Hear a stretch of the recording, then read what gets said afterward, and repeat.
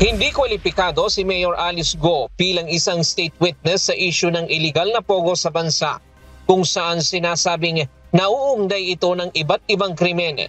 Ayon kay Assistant Secretary Mico Clabano, tagapagsalita ng Department of Justice, sa ngayon, si Mayor Alice Go ay may tuturing na principal suspect.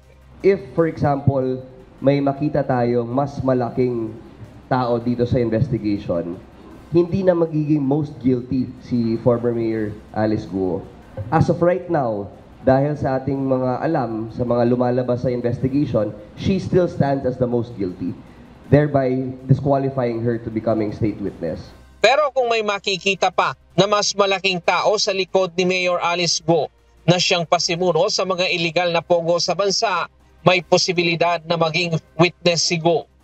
But kung matumbok natin at may makilala pa tayo mas malaking tao dito na nagpapalikod sa mga illegal activities ng pogo, then she may become a state witness because she will no longer be the most guilty. Meron pang mas mastermind doon, no? Ngunit depende pa rin ito sa kalalabasan ng investigasyon at kung hanggang saan makikipagtulungan ng dating alkalde.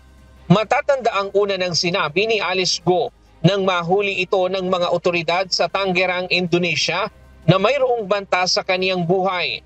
Kino-confirm ko po ang lahat po na sinabi po ni Secretary na meron po akong death threats po at humingi po ako ng tulong po sa kanila at masaya din po ako na nakita ko po sila. I feel safe po. Maraming salamat po. Nangako si Department of Interior and Local Government Secretary Benhur Abalos Jr. kay Go ng proteksyon basta magsabi lang ito ng totoo sa investigasyon. Basta isa lang ang sabi ko sa kanya, sabihin mo lahat na nalalaman mo. Huwag kang matakot sa buhay mo, proteksyonan ka namin. Yung pinangako ko talaga yun. Kasi kung may mangyari sa kanya, konsensya ko yun. No? Basta importante lang, lahat ng alam niya, ibuga niya, sabihin niya sa Senado, sabihin niya sa mga otoridad.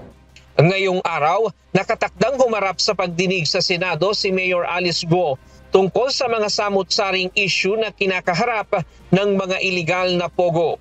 Ryan Lacanlale, UNTV News and Rescue.